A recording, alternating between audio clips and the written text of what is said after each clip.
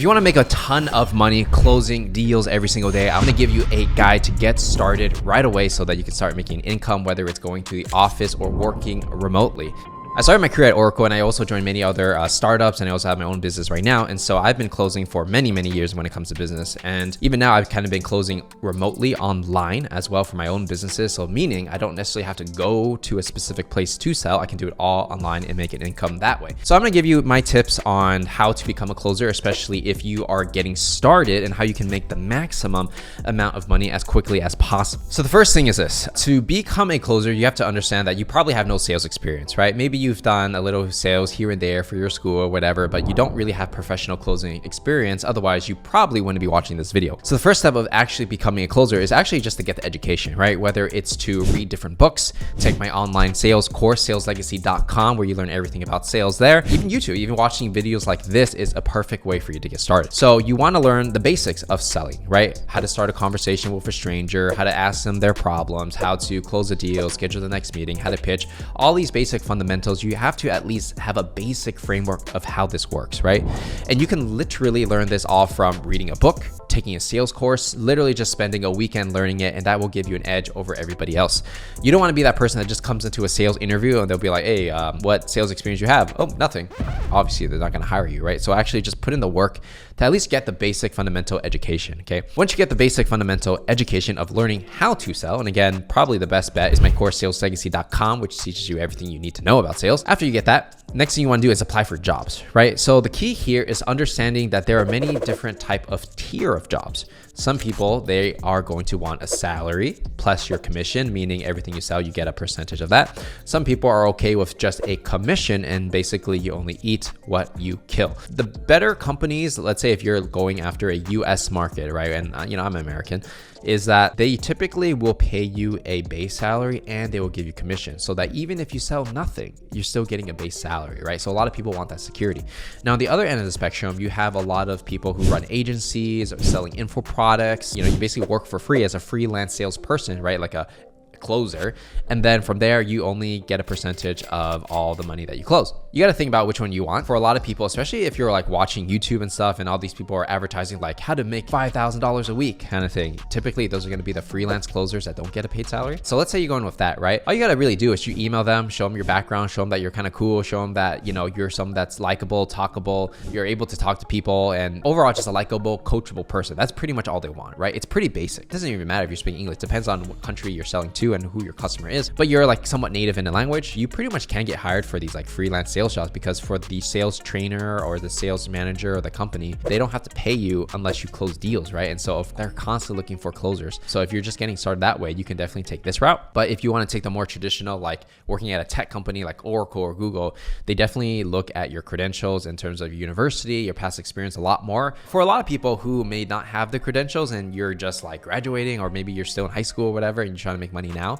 probably the freelance route is the way to go. But you have to understand it's hard, right? You're going to see all these people on YouTube saying that they're making like 20 grand a month. It can be real, like, to be honest, right? However, what percent of outbound or like closers are making that amount? It's probably a small percent, probably like less than 10% of the people doing it, right? And other people are struggling. There's a lot of money to be made in sales, but at the same time, there's a lot of people who try sales and they completely quit, right? I mean, the best way to get started is actually to sell a product that's good. If you want to make more money easier, you want to sell a good product, right? A product that's so good that it basically sells itself. If you're looking for that inbound closer or whatever, that kind of vibe, people who already have a following, people who are kind of famous online, and people want to just live that lifestyle, and you're basically selling the dream. That's probably the easiest sale when it comes to that freelance sales role. Or it could be like a marketing agency that already has some results, right? Basically, what you want to do is you want to look at a company, see what results they got for other clients, how strong is that social proof, and you can get a gauge of how good that company is. And then from there, you're understanding how easy it is to sell that product, right? So always go for the easiest sale. Don't go for the ones that's difficult and you're trying to prove yourself. There's no need. The best salespeople sell the best products, and usually they make way more money than everybody else, and that's where you want to play. So from there, what's going to happen is that when you start closing for another person, right, the more successful you are and the more your manager likes you or the owner likes you, the more opportunities they will probably feed you, right? Because if you have a higher percentage chance that you're going to close a deal, why would they give it to another person, right? And typically the best people kind of suck up all the rewards. You want to be that person that gets all the rewards, right? So what I would do if I was you and I was starting my career as a closer. Whatever opportunity that you're able to get, try your hardest to close, right? Whether it's remote or in office, try your hardest to be able to close deals. Don't focus on anything else besides bringing in revenue for the company, because that's your sole goal. All this administrative stuff, whatever, those things are not going to bring you money in the bank. What's going to put money in the bank is actually learning how to close deals. I would just hyper focus on that one thing. From there, what you want to do is you want to get really close to your manager or the owner or whatever, and let them know that you are trying to climb up that ladder. Let them know that you're coachable. Let them know that you are the one, right? And from there, you're going to be fed a bunch of these opportunities, and you're just going to close these deals easy, because, you know, the owner is spoon feeding you all these good deals, or the manager is spoon feeding you all these good deals, and kind of is a game of favorites, but that's just reality. That's how life works, and you want to be favorited so that you can make more money, right? When I was working at tech startups before, essentially what people would do is they would keep like switching their jobs, right? So if you're a salesperson and you're bringing in revenue, you have value because you're going out and you're bringing money in for the company, right? So basically, you're valuable in any company. So what people do is they'll do well at one company and they'll be like, okay, I'm going to move to another company and they're going to give me a pay raise, right? And so you move to another company, get a pay raise.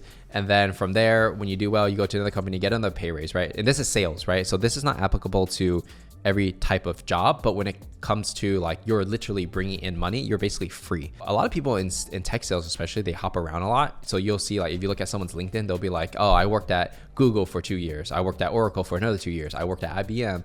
And it's because every time they move, they're getting a pay raise, right? And so they're kind of just playing that game, and that's just like the tech game in the United States, at least, right? So I can't necessarily speak on other geographical areas because I haven't been an employee there, but for America, that's typically the game that everybody plays. And so if you're a remote closer or something like that, you can negotiate different things depending on how good you are. And again, if you don't have any performance, you have no leverage, you can't do anything, right? But assuming you're like the number one sales rep at the company, then you actually have a lot of leverage to go to another place if you really wanted to, and you'd be like, hey, I want more, I want this, right? If you want to actually get into tech sales or learn any kind of sales or get started as a closer or a sales career at all, you want to make sure to check out my masterclass at saleslegacy.com. It'll teach you everything you need to know about sales when it comes to lead generation, cold emailing, closing, pitching, and even how to get a job in tech sales. So if you want to check it out at saleslegacy.com. Okay, so let's talk about how much money you can realistically make as a closer, right? So an account executive is essentially a closer in the United States, and they're making around 125K to 228K. Now, I remember when I was working at Oracle, you know, a lot of the top guys were making 400K plus. And then if you're like really the top guy and, you know, the CEO knows who you are kind of vibe, you're making like $1 million to $2 million a year, right? And that's like the top ones that doing the biggest deals possible, right? As an account executive, right? And there's like different levels of account executive. Now, if you're just like a closer, a freelance closer, could you make 10K a month? Yeah. But at the same time, it's not easy, especially if you're just getting started. A lot of junior account executives, you definitely can make like 50K if you're working in the US, right? But you want to get to 100K as quickly as possible. Even for me, like I reached 6 figures my first year working at Oracle, but that's very uncommon, right? Most people are just going to get around like 60K to 75K at that time. But I mean, if you're good and you're closing deals, like, yeah, it's pretty reasonable to make 100K a year. It's pretty reasonable to make 200K a year if you're on the upper echelon of being able to close. And if you're like top dog and you really stick with it over the years, you can make a few 100K per year, like every single year. Yeah, I mean, that's just what it is. And I would say like the higher up you go, the more cushier the job gets. So like if you kind of scroll down, you see like Salesforce and Oracle, they always have a lot of jobs open and they're on average like 200K, right? Is that real? Yeah, it's pretty real because it's easier to sell a good product. So everybody already knows Oracle, everybody already knows Salesforce. So it's like when a large company is looking for a CRM or a backend database, there's only a couple options, right? It's either going to be like Oracle or SAP or whatever, right? There's like 3 options. As long as you're competent, you can talk to people and you're in the right position. Yeah, you know, you definitely can make a few 100K a year. It's not easy. Like you do have to work a lot. You're able to work remotely, but at the same time, you know, the opportunity is there. Now, if you're working at a smaller company, yeah, you can also make that money too. It just depends on how you're able to break in, right? Like some people want to focus on tech and they just sell tech products. Some people sell marketing services. Some people sell info products. It just depends on your niche. But I would say like tech is definitely the most cushy, easier, especially the larger companies because their products are already proven to work and they have so much social proof. So yeah.